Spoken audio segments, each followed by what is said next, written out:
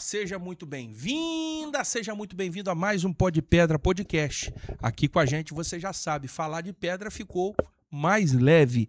Nós estamos aqui todos os dias de segunda a sexta, eventualmente aos sábados, trazendo para você convidados interessantes, assuntos e temas altamente relevantes para te ajudar a formar opinião, a agregar seu conhecimento, a te atualizar sobre o que está rolando no mundo, especialmente no nosso universo aqui das pedras, mas também falando sobre saúde, falando sobre as áreas jurídicas que está rolando na geopolítica nacional e mundial, mas também falando sobre política, que é um tema, uma pauta importante. Hoje nós estamos aqui no Pó de Pedra Política e trazendo aqui pela segunda vez esse grande deputado que representa a nossa região sul aqui, em especial Cachoeiro Itapemirim, mas também todo o Espírito Santo, obviamente. Estou aqui com ele, deputado estadual Bruno Rezende. Como é que tá, Bruno? Tudo bem? Bruno, primeiro obrigado por mais esse convite para estar aqui no Pó de Pedra.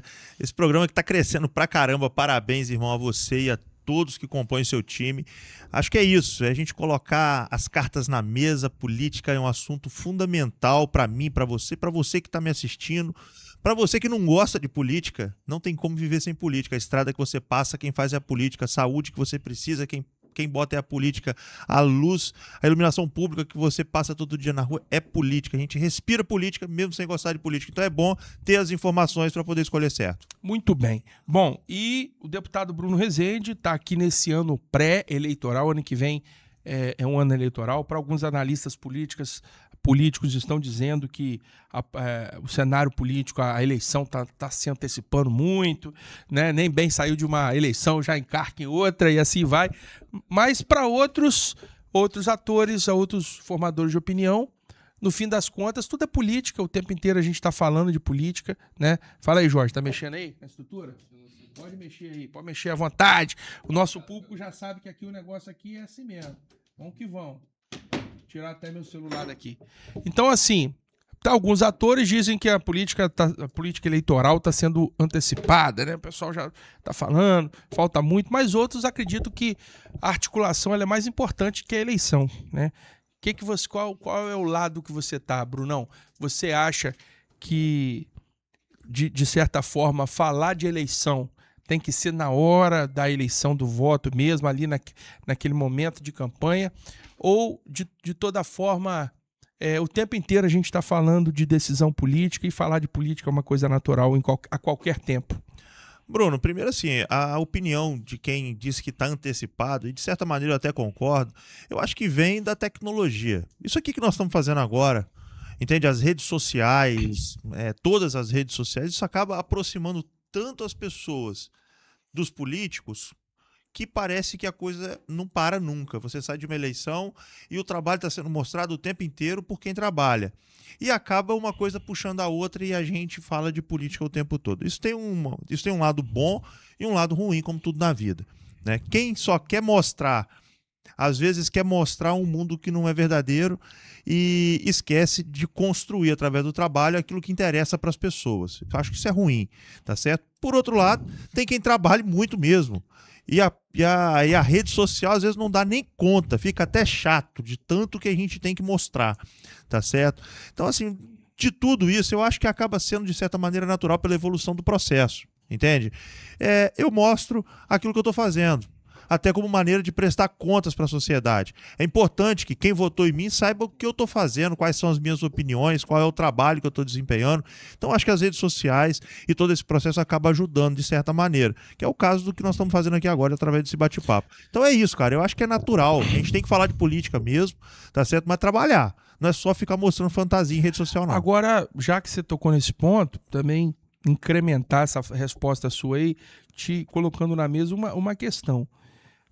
No meio que acabou o advento das redes sociais, não acabaram colocando o político como uma espécie de showman? O cara tem que estar o tempo inteiro mostrando o que está fazendo e tal, e gerando conteúdo. Isso não é uma coisa que meio que desvirtua a função política em si, que também tem muita coisa de bastidor, tem muita coisa que é articulação, tem muita coisa que é uma construção de médio e longo prazo. Às vezes o eleitor ou o cidadão, o contribuinte, ele exige que você se posicione, que fale algo, alguma coisa, O que você acha do fulano de tal, do governador?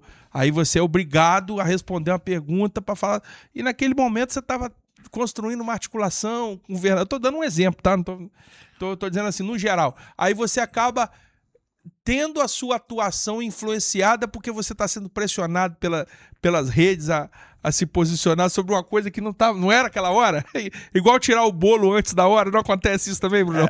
Cara, assim, eu não sou o cara dos likes, sabe? Uhum. Eu não sei fazer dancinha, eu não fico gritando um monte de coisa inútil. Eu mostro meu trabalho. Você vai ver minha rede social, você que tá lá, inclusive segue lá o @Dr Bruno Rezende, que você vai ver. A gente vai botar aqui, Jorjão, anota aí, ó. Vamos botar aqui, ó, Dr. Bruno Rezende pra galera seguir. Isso aí, que você vai ver uma rede de trabalho. Eu mostro meu lado pessoal, porque também é minha rede pessoal, então vocês vão lá ver meus filhos, minha vida, minha família, e vão ver o meu trabalho. É isso, eu sou esse cara. Eu não cato voto com like, tá certo? Tem a galera do grito, né? Hoje a gente vive uma polarização, então você ganha voto, às vezes, de opinião por falar, eu sou disso, eu sou daquilo, eu tô com arma atirando pro alto, eu não sei o que lá. Mas você vai ver a rede do cara, só tem grito. Grito não bota comida na mesa de ninguém, irmão. Mas dá like às vezes, entende? Eu não dá sou voto, o cara do lá like. na frente dá voto. Pode ser que sim. Agora, deixa eu te falar, já que você tocou nesse ponto também, mais uma vez, a gente não pode deixar de falar de um assunto que está em evidência agora, por essa semana, que foi o caso, por exemplo, lógico que você não tem nada a ver com isso, mas como político, eu estou perguntando para o Bruno Rezende, político. A gente teve o caso lá daquele prefeito de Sorocaba, né? Manga, Rodrigo Manga? Como é que é o nome do cara? Manga. Rodrigo Manga, né?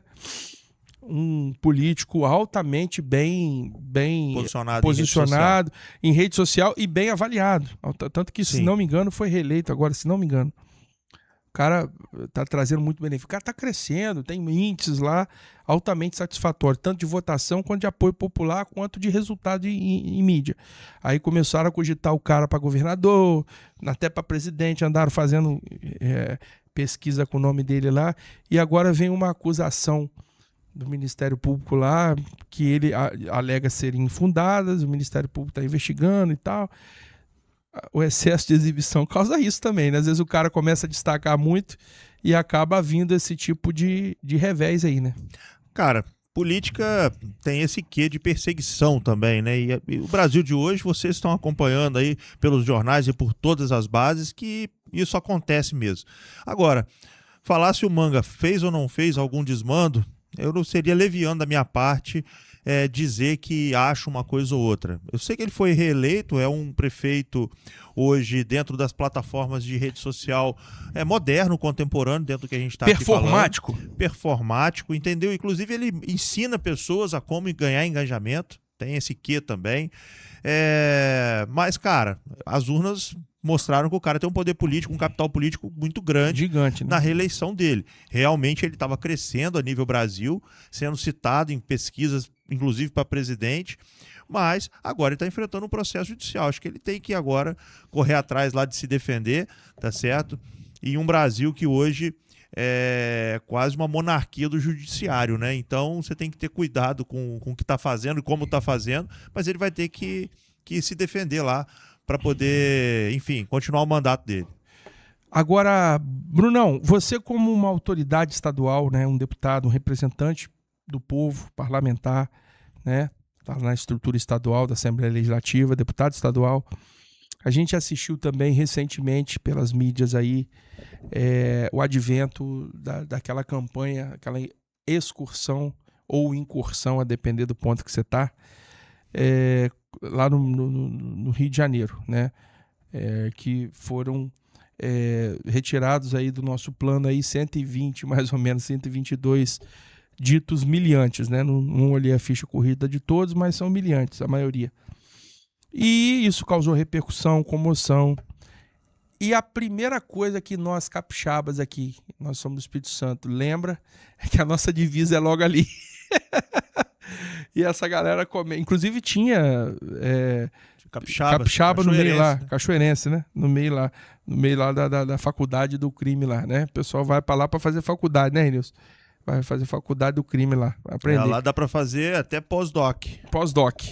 Bruno. Oi, peraí, só concluir o raciocínio. Foram 121 mortos. 121? Sendo 4 policiais. Dentro dos 121, 4 policiais.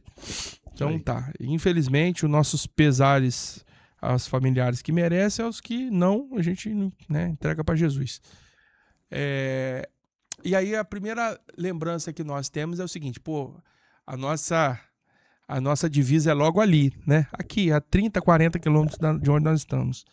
Aí vem aquele medinho, né, da galera vir para cá, invadir, e você tá lá, obviamente, fiscalizando o executivo, fiscalizando, né, dando suporte aí às forças policiais. Você como deputado estadual, como parlamentar, o que você, a sua visão de segurança para nós aqui em relação a isso? Há a possibilidade dessa galera vir para cá e se infiltrar aí nas nossas comunidades, sociedades? Bom, primeiro, Bruno, que sobre a operação do Rio de Janeiro, na minha avaliação pessoal, acompanhei, né, pelos jornais, como todos vocês que estão me assistindo agora, eu achei uma operação de sucesso, não fosse as 4 vidas perdidas dos nossos corajosos policiais no Rio de Janeiro. Ali a gente só tem que lamentar os pais e mães que às vezes não são bandidos, mas são pais de bandidos que estão sofrendo, meus sentimentos para as famílias de bem que estiverem no meio disso, mas os bandidos que foram mortos, muito melhor matar vagabundo do que matar policial e trabalhador, meu amigo. Eu acho que esse vagabundo tá com escopeta na mão, não é para levar flor para casa de ninguém. Ele tá à disposição para matar pessoas de bem. E eu prefiro que a polícia atire antes que o bandido atire na polícia. Essa é a minha visão, tá certo? Então, não tinha nenhum garoto de bem jogando bola ou brincando de pique-esconde no meio daquela mata. Tinha vagabundo municiado com armas de guerra, tá certo? E a polícia do Rio de Janeiro cumpriu o papel de resguardar as vidas de quem tem que resguardar, que é a sociedade trabalhadora. Bandido pode vir para o Espírito Santo? Cara, pode, mas nós estamos preparados. A Polícia do Espírito Santo, a Polícia Militar, a Polícia Civil, as nossas forças de segurança estão preparadas para poder enfrentar o crime. E nós temos mostrado isso através dos indicadores de segurança do Espírito Santo, inclusive trazendo tecnologia, aprendendo carro roubado, prendendo bandidos criminosos, fazendo incursão também de maneira responsável e prendendo criminosos, atacando o crime organizado. Então o Espírito Santo está preparado, inclusive com a formação de novos policiais. Ano passado formamos 1.000 policiais, esse ano mais 1.000 policiais, ano que vem serão mais 600 policiais. Estamos repondo as forças policiais, armando melhor as nossas polícias, colocando viaturas modernas e realmente cuidando da sociedade capixaba. Entendo que o Rio de Janeiro vive uma guerra, tá certo? E nós temos que ser solidários aos nossos vizinhos, mas receber vagabundo não. Nós vamos estar preparados para eles. Tem algum registro aí? Você está acompanhando, deputado? Chegou alguma coisa de algum núcleo deles aí operando? Nada, né? Não, a gente tem as facções operando também no estado do Espírito Santo. Infelizmente, tá né? certo? Mas a nossa inteligência age o tempo todo para poder combater o crime e é isso que a gente está fazendo. Bruno, diga. O que que você tem a falar sobre, principalmente envolvendo a operação do Rio de Janeiro e a romantização do tráfico de droga feito pelos artistas atualmente? Cara, acho que é o que eu acabei de falar. Vagabundo não tem que ser romântico, não. Se tá com arma na mão, pau neles, amigo. O que não pode a gente aceitar é tiro na cabeça de pai de família e tiro na cabeça de policial que está doando a própria vida para poder resguardar a sociedade. Eu não tenho pena de vagabundo, não. Vagabundo tem que ser combatido. E é o que a Polícia do Rio de Janeiro fez. Inclusive lá a nível nacional, Bruno, o DERIT está lá, o governo federal está tentando aí. Existe uma pressão da sociedade representada que os deputados estão levando para lá, né, para poder endurecer, né, o combate ao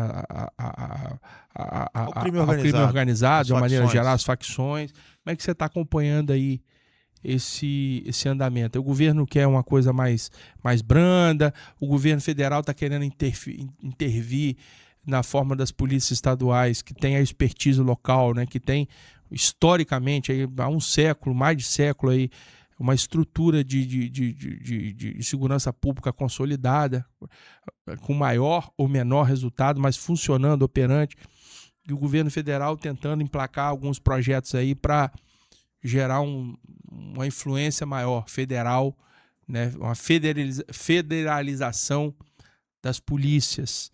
E agora esse projeto de lei de segurança pública aí que o DeRede está, como é que você está acompanhando esse cenário aí? Então, o Congresso está dividido, né, em relação a isso. Eu acho que a gente tem que endurecer a nossa linha de frente. O governo federal tinha responsabilidade de chegar no Rio de Janeiro, por exemplo, e botar força de segurança a favor da sociedade do governo do Rio de Janeiro. A gente não viu nada disso. Foi a polícia do Rio de Janeiro, foi o comando do governador do Rio de Janeiro que invadiu a favela e que depois cuidou de todo o trânsito relacionado à segurança. Então, eu acho que tem que endurecer mesmo, tá certo? Nós temos que criar política pública. Facção é marginalidade do processo, é o que cria um governo paralelo. Você vê as barricadas no Rio de Janeiro, aquilo ali é uma linha que se cruza numa rua e diz: daqui para cá o governo não entra, as políticas não entram, as políticas sociais, econômicas, de saúde. Você tem que toque de recolher, você tem que pagar imposto para bandido. Imposto não, pagar cash pro bandido não assaltar a tua loja para você poder abrir o teu comércio, levar teu filho na escola. Meu amigo, isso é um absurdo, Bruno. É o ó do Borogodó. Isso é um absurdo em um Brasil que a gente tem que bater continência para vagabundo.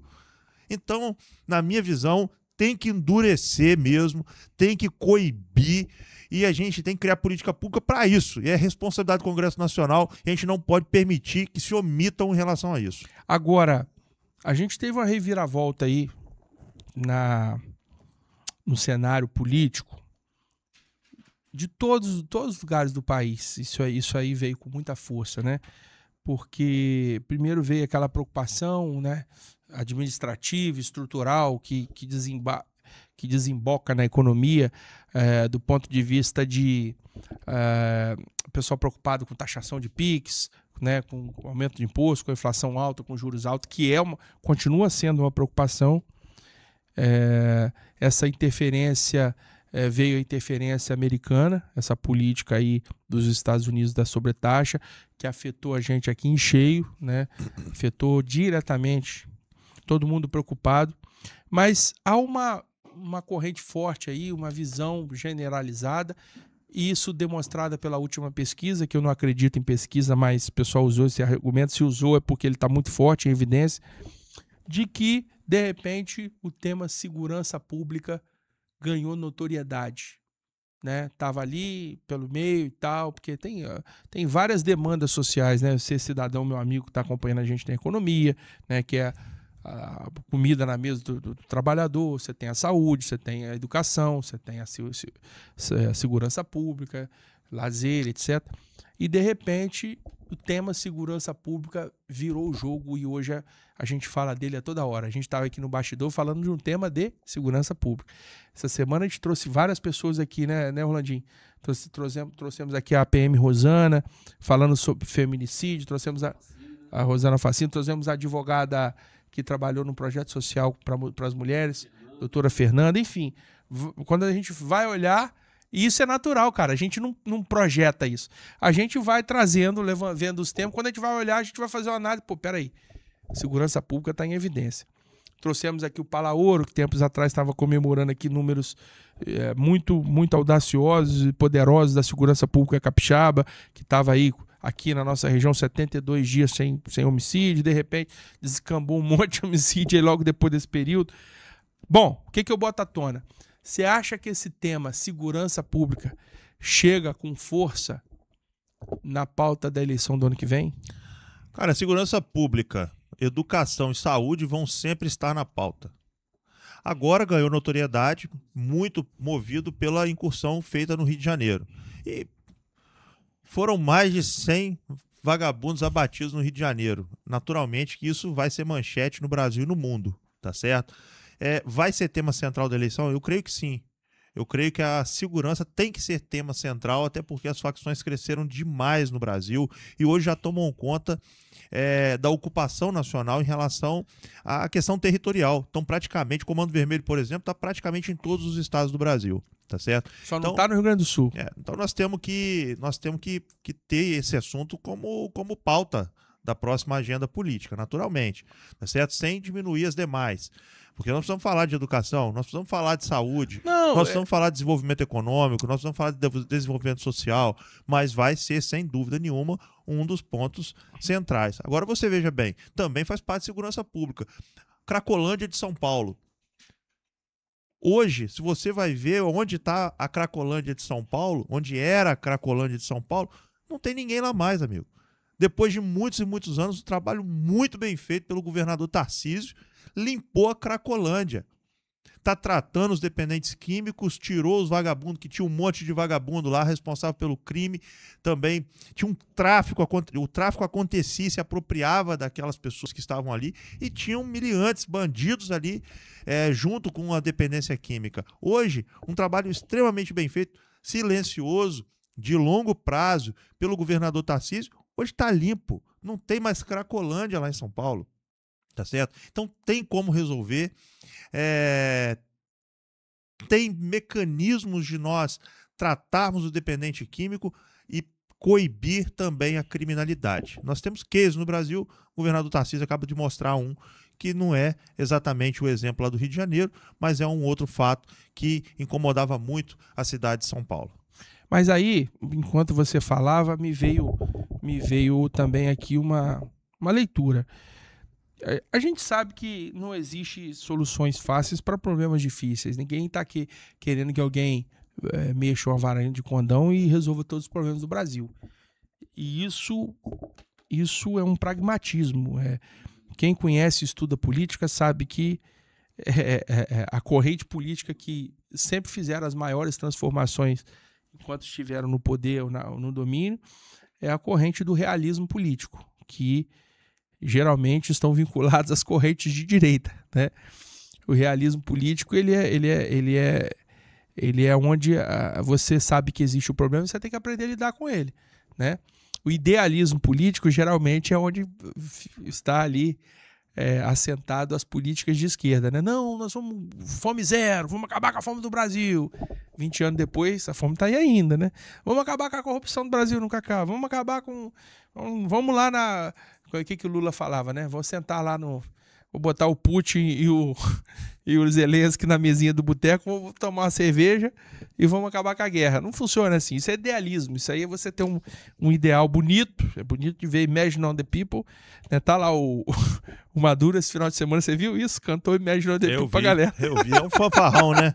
Maduro é um fanfarrão, traficante. Agora, você não acredita, cara, que é muita coincidência os Estados Unidos estarem colocando 1/3 do seu poderio militar nas águas da América do Sul aqui, da Venezuela ali para baixo, ali do Caribe para baixo, estarem montando alianças estratégicas militares com a Argentina, com o Paraguai, se não me engano com o Equador, com os países de direita.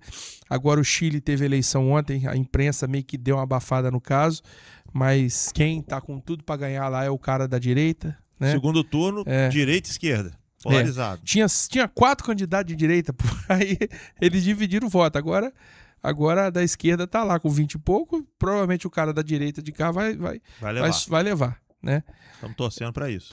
E de repente os Estados Unidos está aqui com combate antidroga. Você acha que tem um dedinho norte-americano nesse momento que a gente está vivendo? Olha, eu acho que a gente tem que pensar em resultados, sabe, Bruno? Eu sou um cara pragmático, né? Você vê o que está acontecendo na Argentina hoje, a Argentina saindo de um buraco fundo. Os Estados Unidos estão cuidando do próprio país, tá certo? A droga chega nos Estados Unidos e tira vidas americanas. O presidente Trump está cuidando dos Estados Unidos. Bruno, você é a favor da taxação no Brasil? Claro que não, meu amigo. Está tirando emprego de Cachoeira Itapemirim, está tirando emprego do Espírito Santo, está tirando emprego do Brasil. Renda. Está tirando renda, está arrebentando com o nosso empresário que vende aqui granito, que vende mármore, com o nosso empresário do agro que vende café. Lembrando que o Espírito Santo é que exporta café de qualidade do Brasil. Então, eu sou totalmente contra. Mas ele está cuidando do peixe dele e nós vamos cuidar do nosso. Nós temos que ter as nossas armas para poder batalhar, entende? Mas com relação à proteção nacional, à segurança nacional, o presidente Trump está tomando as decisões que ele acha cabíveis e ele tem força para isso. Tem que combater o narcoterrorismo. Eu digo o seguinte, que a gente meio que é um espelho de uma política norte-americana. Esse é fato. Isso não sou eu que estou falando. Isso não é por causa de Trump, não é por causa de Biden, não é por causa de Obama. Né? Historicamente, secularmente, o Brasil A gente até em relações internacionais, a gente chama o Brasil de fiel da balança. O Brasil ele tem um papel extremamente relevante na América do Sul. Ele é um termômetro, ele sempre foi um interlocutor diplomático de grandes proporções e sempre teve uma relevância estratégica regional e continental, né, quando se fala de América. Com certeza. E a gente sabe que está acontecendo um movimento no mundo, é nesse sentido que eu estou querendo dizer. Eu não estou falando de estratagema política. Estou dizendo o seguinte, está vindo um combate, está vindo um fortalecimento. Do crescimento da linha de direita da engrenagem. Da a engrenagem está acontecendo, está virando. Isso é um fator de pólvora para uma eleição que está se avizinhando, né? Para uma expectativa. Então, Bruno, assim, é difícil, é complexo essa geopolítica mundial, né? Você vê a Europa com muitos governos de esquerda, né? O próprio governo francês que tem uma voz bastante estridente na Europa. Você vê os Estados Unidos, depois de um governo Biden que é mais à esquerda, chegando com Trump da extrema-direita, agora com bastante força, mas com questões internas dentro do país, um país que hoje não está totalmente do lado dele, um país também dividido. Então você não tem uma hegemonia plena dentro do próprio Estados Unidos conferindo essa segurança. O Trump tem enfrentado dificuldades dentro do governo. O próprio orçamento dele acabou de sair agora, né? Então o país ficou paralisado com relação à execução do orçamento por muito tempo. E aqui na América Latina nós saímos de um governo de direita com o Bolsonaro e caímos no governo de extrema esquerda com Lula. Então a gente está vivendo essa roleta russa, né?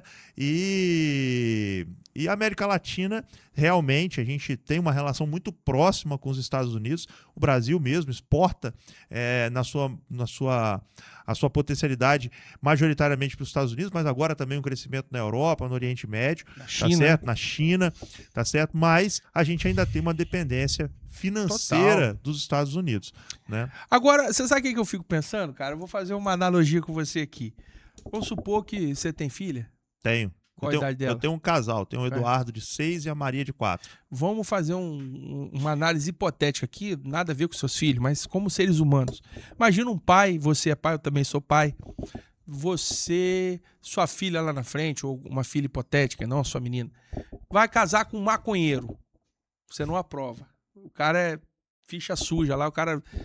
Se essa menina insistir, na filha de qualquer um, em casar com esse cara que você não aprova, que tem uma conduta duvidosa, que tem uns trejeitos duvidosos, um cara que não gosta de trabalhar, vamos sair desse campo aí dos entorpecentes, vamos pro cara, o cara malandro, um cara preguiçoso. Esse cara casou com a filha qualquer. Como pai, você vai gostar? Alguém vai gostar? Você vai aprovar? Você vai ter um bom relacionamento, você acha, com um cara desse? Difícil, né? É claro que pros filhos da gente a gente quer o melhor, né? Mas é difícil, né? Eu digo assim, desculpa essa análise meio tosca, mas eu usei essa análise. Eu não gostaria que meu filho casasse com a menina, né? Que mal falada, é uma pessoa que não tem índole, falta de caráter. O que eu pensei? A gente fala tanto, a gente começou o nosso bate-papo aqui falando, doutor, que as conversações sobre política estão, né, com aquela sensação, a população está com aquele sentimento de que estão sendo antecipadas. Uhum. Você sabe qual a análise que eu faço, usando esse exemplo que eu dei? Olha como é que foi a eleição passada. O Congresso majoritariamente foi eleito de direita, Congresso, inclusive com muitos ministros, quase todos os ministros que eram ministros de Bolsonaro ganharam a eleição nos seus respectivos estados, né? Inclusive ele fez vários governadores. A esquerda foi praticamente trucidada das eleições. Aqui na passada, para prefeito, só ganhou uma capital importante, que foi Recife, lá com aquele João Campos, que é do PSB. E toda a formação do Congresso se consolidou como de direita ou centro-direita. Os partidos que apoiaram Bolsonaro na última eleição e fizeram. Bolsonaro ganhou a eleição no Sudeste, no Sul, no Centro-Oeste e no Norte. Só perdeu no Nordeste.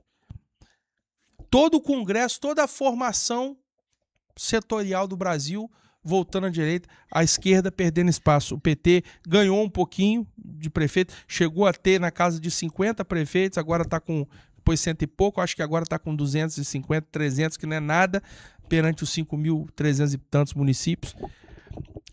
Eu tenho o sentimento de que o povo está tão descontente com esse arranjo que está posto, com essa composição de Câmara, Executivo, essa estrutura toda, porque, por exemplo, eu vou chegar na política estadual que eu quero ouvir seu mandato, mas só para fechar essa visão.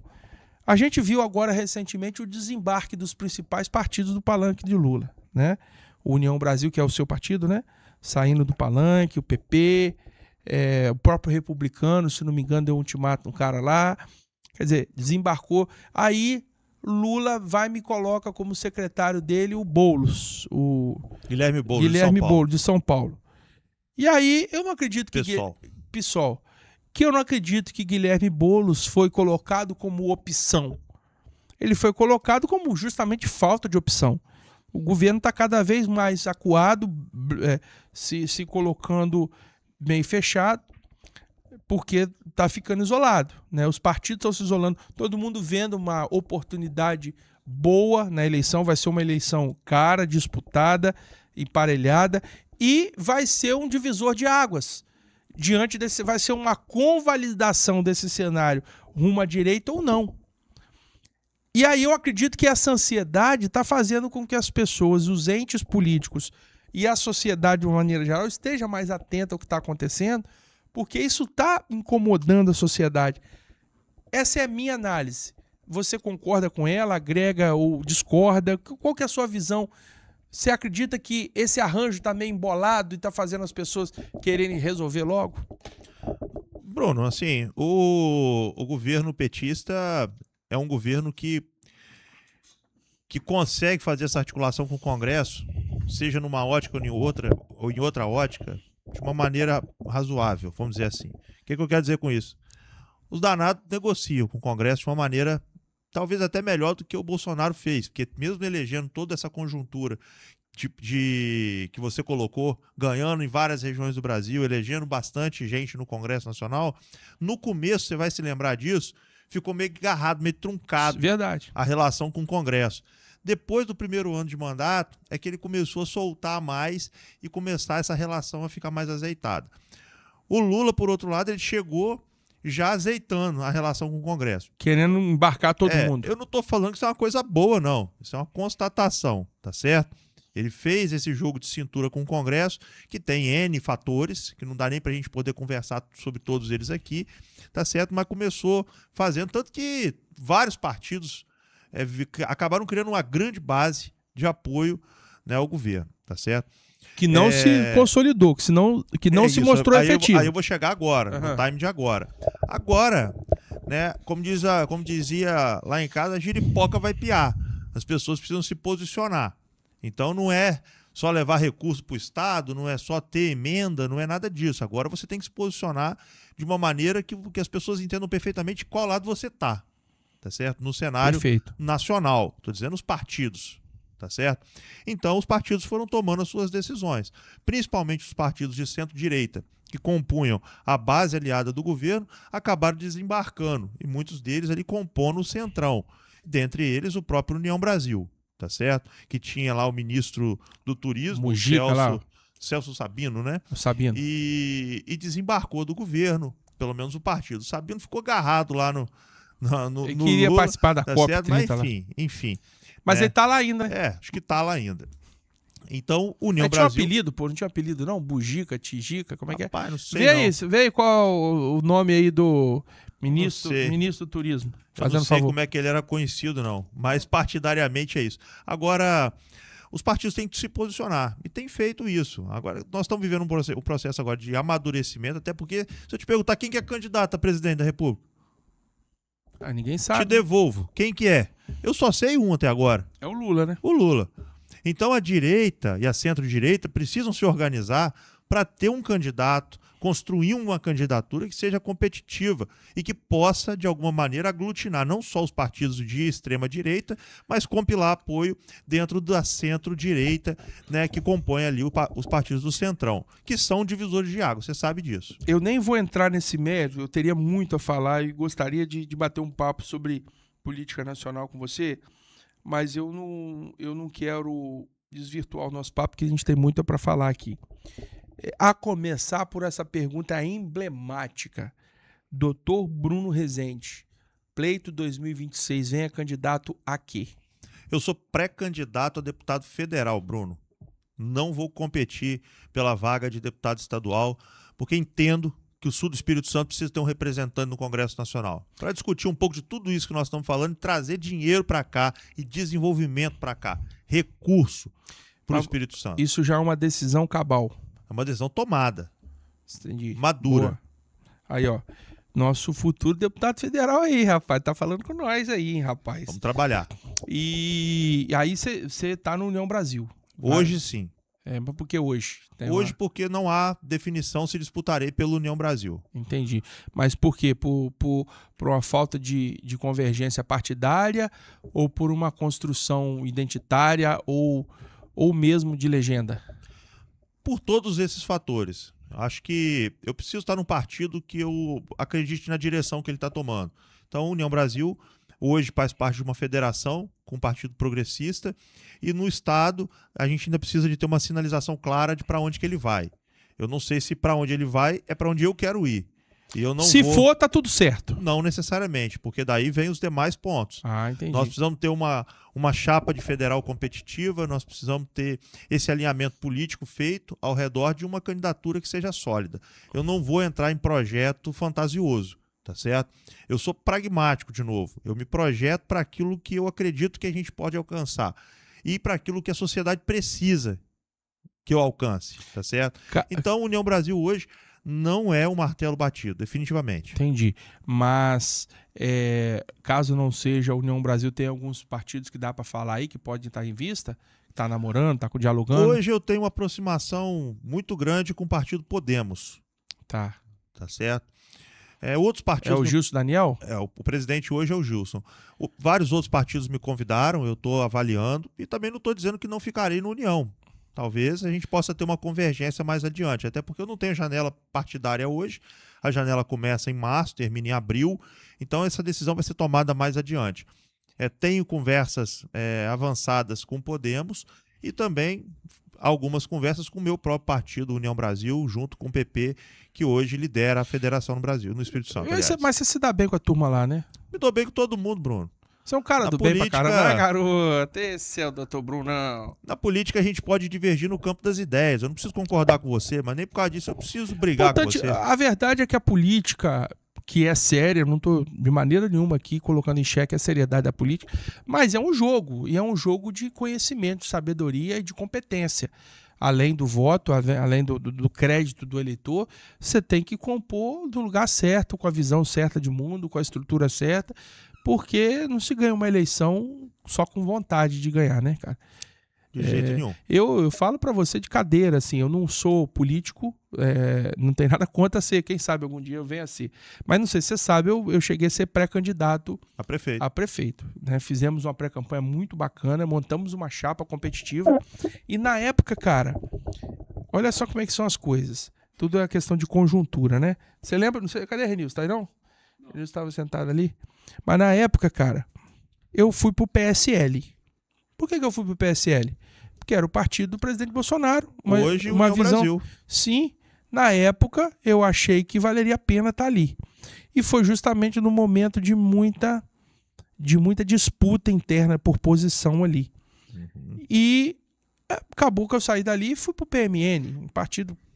Eu agradeço a Janete aí, que na época abriu as portas para mim, mas não tinha viabilidade. Não adianta você estar num lugar que você não tem viabilidade. Você não vira nada se você não tiver um partido, não tiver uma chapa, não tiver um grupo político, não tiver uma estrutura. Isso tudo é uma construção, como você bem está falando aí. Então, quer dizer, o cenário pro ano que vem é federal, então. É isso aí. O nosso projeto é termos, no momento adequado, que a legislação permita, uma candidatura. Hoje, uma pré-candidatura. Agora, Bruno Rezende, qual que é a análise? Nós estamos aqui gravando esse programa em novembro de 2025, né? Quer dizer, final de ano, final do terceiro ano, né? Ano que vem é o quarto, no seu exercício do seu primeiro mandato como deputado estadual. Qual que é o balanço, qual que é a análise que você faz desse mandato, o que você acha que você conseguiu contribuir com a população? Como é que você faz uma leitura desse cenário aí? Olha, Bruno, eu primeiro cumpri um compromisso que eu fiz com o espelho. Eu consigo olhar na minha cara todo dia de manhã e não ter vergonha daquilo que eu tô vendo. Porque eu levanto cedo, acordo cedo, trabalho pra caramba, entrego o melhor que eu tenho e acho que nós estamos conseguindo entregar bastante coisa. Vocês estão acompanhando, quem acompanha minhas redes sociais e também as mídias locais aqui da nossa região sabe, nós já estamos preparados para começar a obra da segunda etapa do Hospital de Câncer de Cachoeiro. Um dos maiores sonhos da minha vida, eu que sou médico, radio-oncologista, trato pacientes com câncer. Fizemos grandes investimentos, tanto no Hospital Infantil quanto no Hospital Santa Casa de Cachoeiro. Colocamos recursos em todos os hospitais filantrópicos do sul do estado do Espírito Santo. Fizemos investimentos na área de esporte, na área da agricultura, em praticamente todos os municípios do sul do estado. Então, cumpri aquilo que disse na rua que faria. Trazer recurso, muito recurso, aqui para o nosso sul capixaba que precisa de representação. Tá certo? Acabei de passar agora há pouco, fui fiscalizar a obra de calçamento ali do Frade a Freira, da rota do Frade a Freira. Vai sair mesmo? Vai sair não, já tá saindo, irmão, já tá calçando. É mesmo? Vai calçar até lá em cima? Vai calçar até lá em cima, no pé da pedra, já tá sendo feito. Acredito que ali até março já tem entregue. Mas já tem uma parte boa calçada, a turma tá lá com a mão na massa. Morrão? No Morrão, exatamente. O Monte H em Itapemirim já tá entregue. Já foi inaugurado essa semana com o governador Renato e também representação lá do governador Ricardo Ferraço. Então já tá entregue um calçamento. Trabalho nosso, Bruno. Trabalho nosso. Que eu tenho muito orgulho de dizer ao povo de Itapemirim.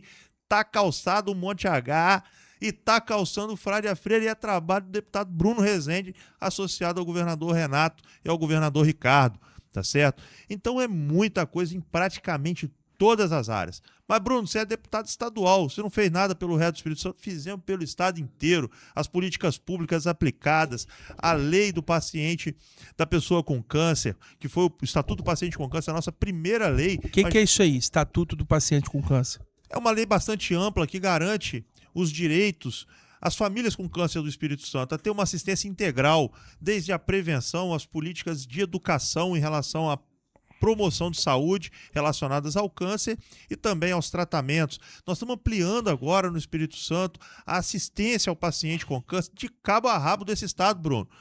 Fui eu o responsável por retomar a obra do Hospital Evangélico de Vila Velha. Estamos ampliando lá o Unacom de Vila Velha, investimento de mais de 20 milhões de reais.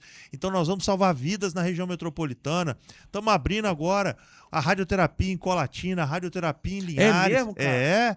Mas quando você fala estamos abrindo, qual a sua participação nisso? Você que mandou emenda? A minha participação é a articulação junto ao governo federal para mandar emenda? Para poder captar esse recurso. Não foi direto do meu mandato, mas estivemos em Brasília pleiteando esses recursos. Coloquei recurso de emenda parlamentar tanto no Hospital Rio Doce, em Linhares, quanto no Hospital São José, em Colatina. Participei da obra, da construção dessas unidades. Estamos lá abrindo essas unidades ainda esse ano. Então, é mais assistência e dignidade para paciente com câncer de todo o Espírito Santo, Bruno. Não, é importante você falar isso, porque você, cidadão que está assistindo a gente, às vezes tem aquela impressão assim, político aparece na hora da foto, né?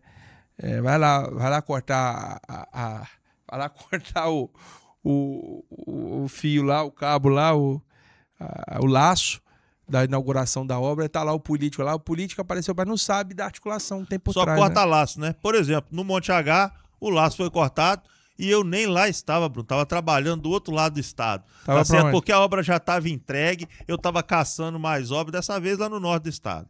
Entendi. Então rodei lá vários municípios porque eu tenho uma missão, da dignidade na saúde para o povo capixaba.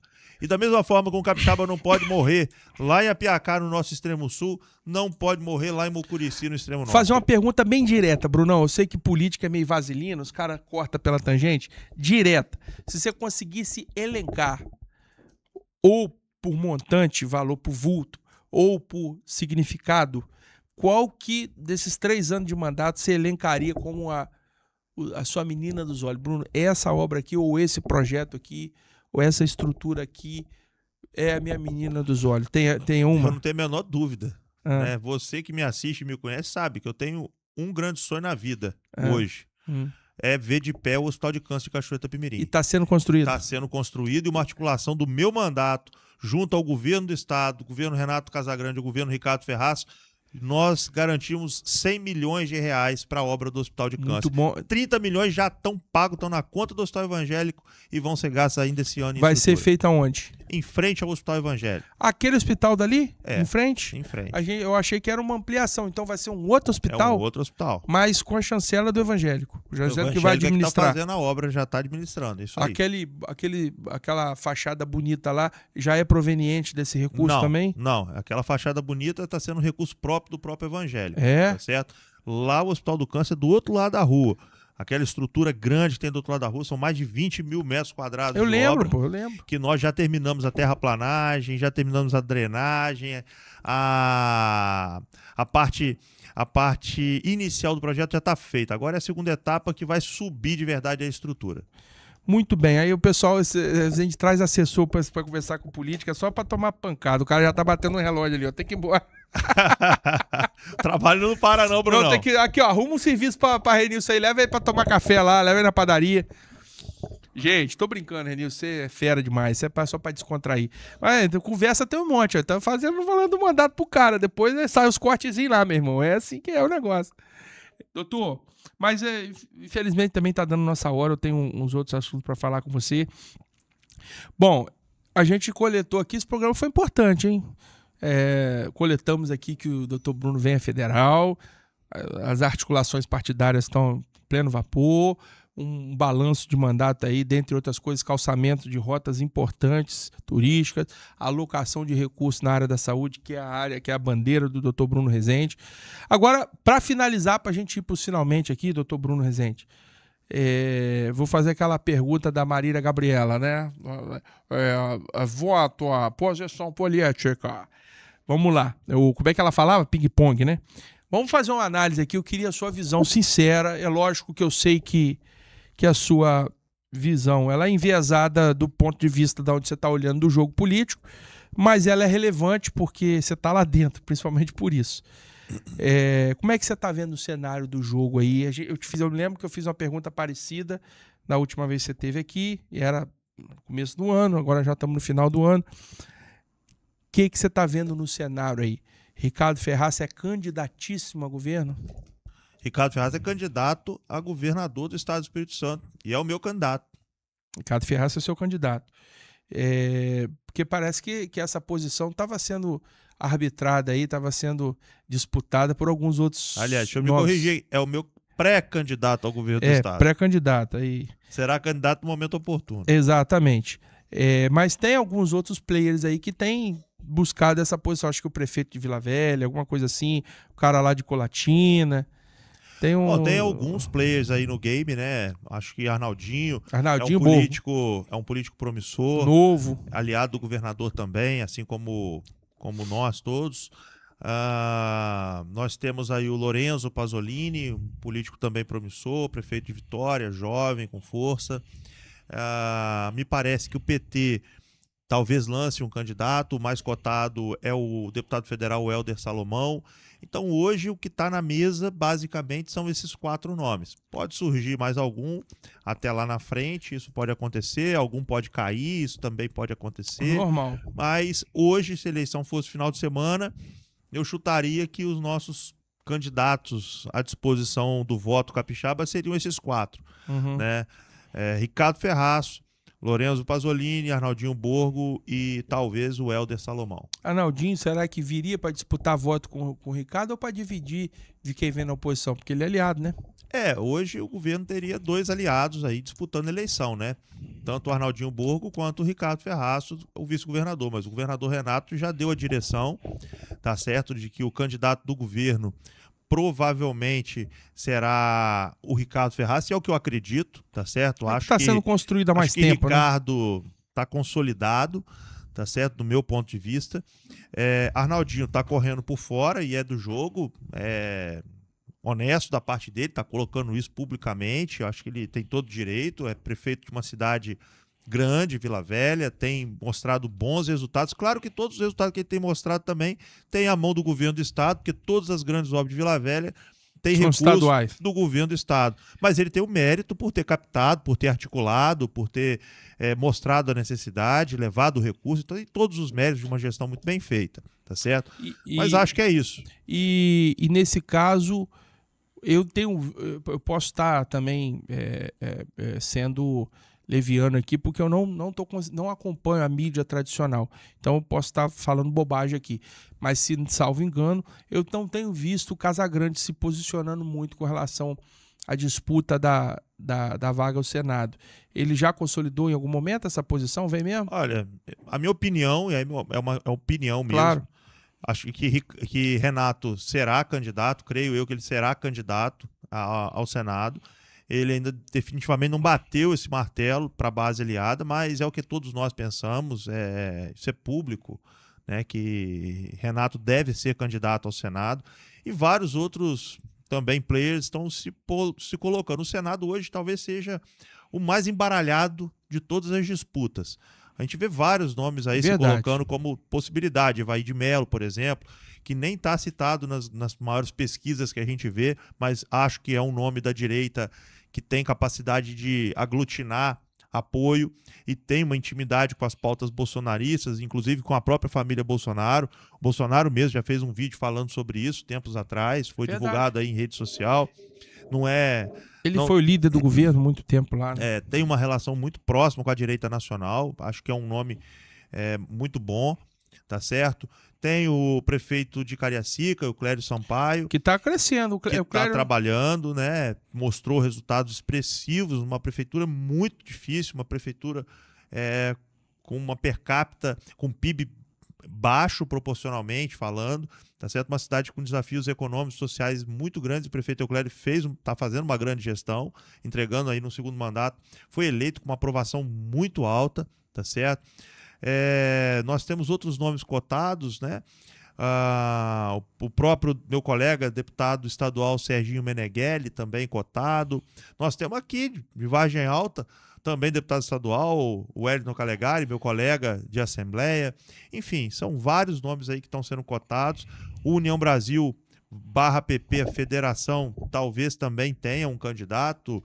Sei que o deputado federal da Vitória andou pensando sobre essas vagas, sobre essa possibilidade, pelo que eu fiquei sabendo. Enfim, acho que ainda pode surgir um nome que talvez nem esteja dentro desse baralho, sabe, Bruno?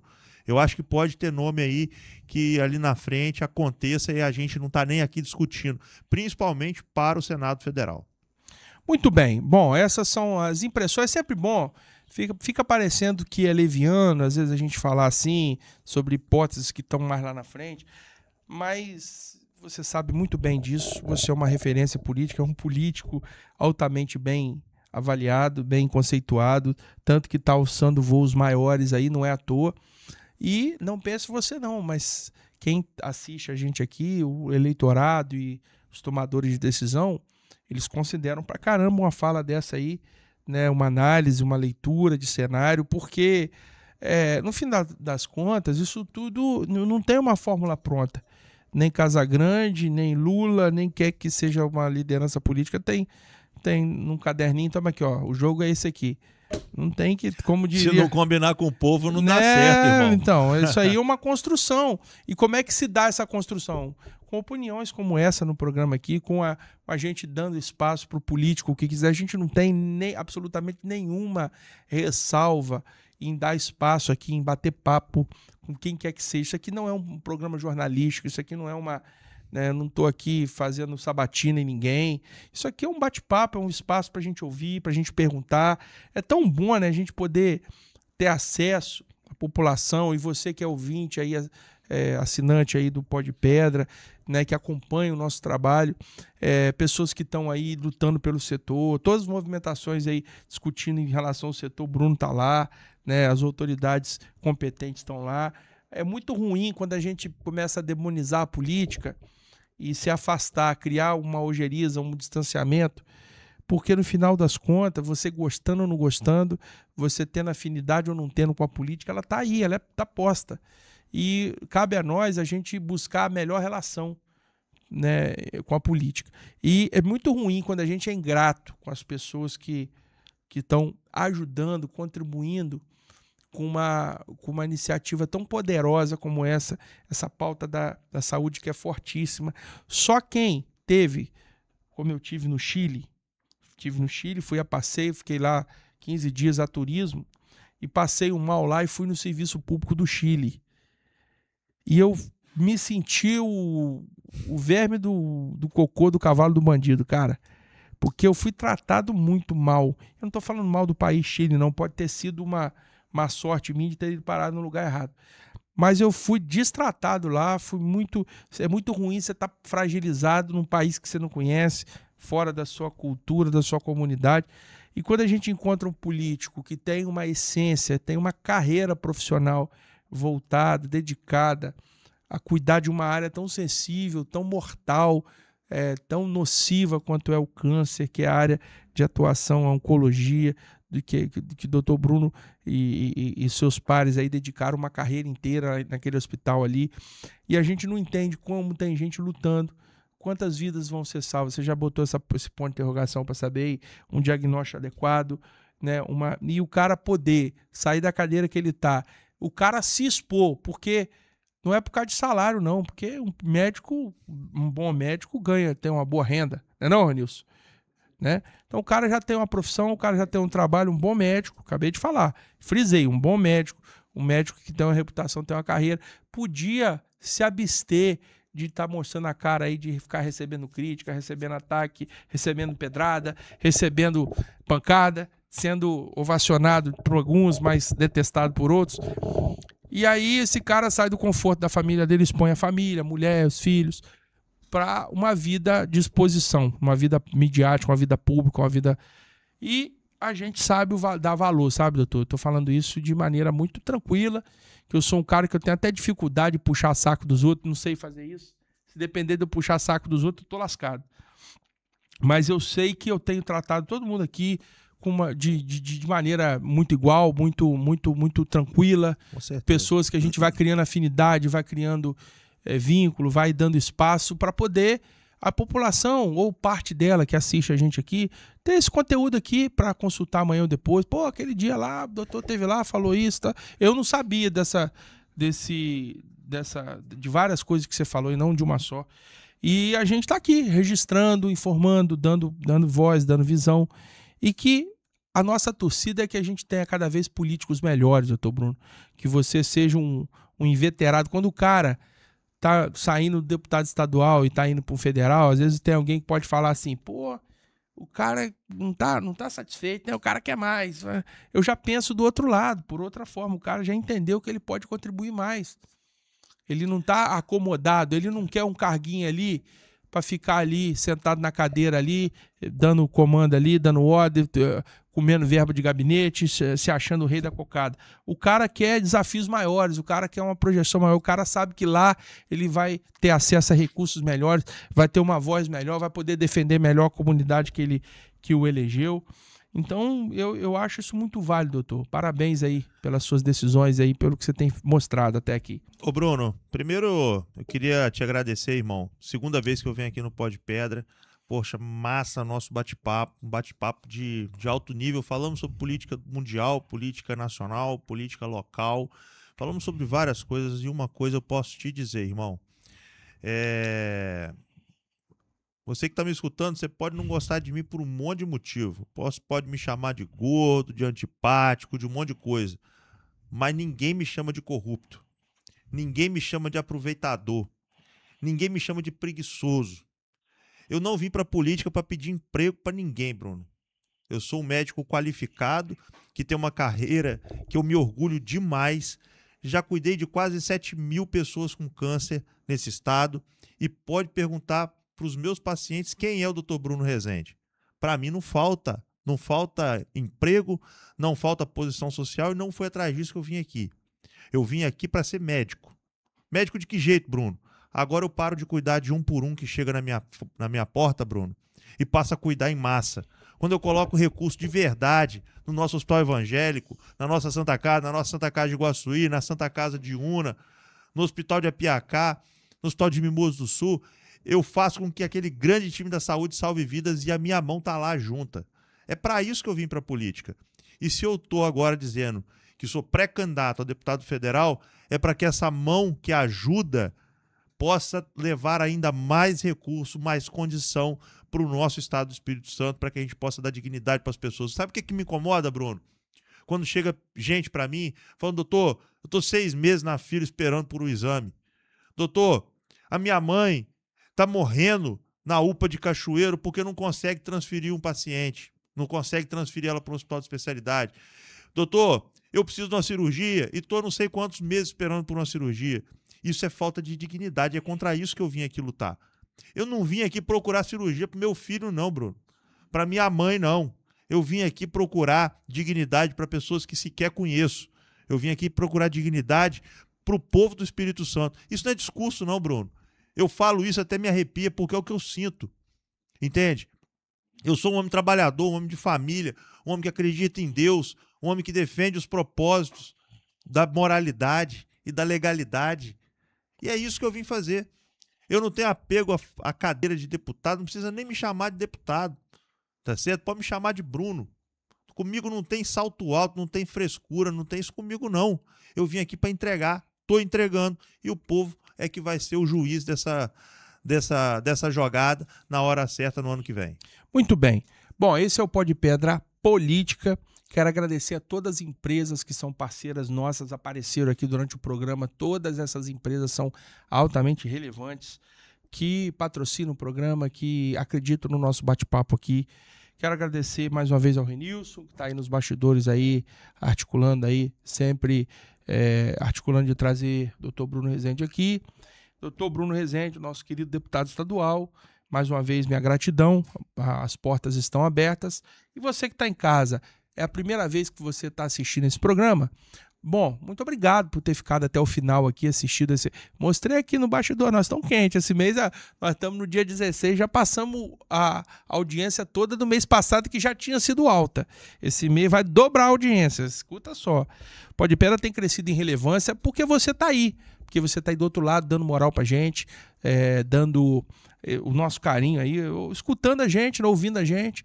É muito legal, doutor. Isso é legal. Esse dia tem um cara aí lá de São Paulo, e o cara descobriu meu telefone, me mandou um zap. Bruno, todo dia de manhã eu vou no metrô de São Paulo lá. Aí ele entra, conversa comigo sobre os episódios. Bruno, eu gostei do que o cara falou. Tá. Então a gente tem gente do Brasil inteiro, né, Orlandinho, assistindo a gente? Agora, esse dia agora, ele tava falando com o cara em alto mar, né? Onde o cara tava? Tava em Salvador, ele foi fazer a regata Refeno de Recife para Noronha. Sim. Aí ele tá voltando de Recife no barco, ele tá em Salvador, falamos com ele agora. Então, trazer ele aqui também, Pedro Esqueves. Isso aí, vou trazer a galera. Pedro Esqueves, né? Trazer Pedrão aqui pra falar com a gente. Então, gente Fenômeno.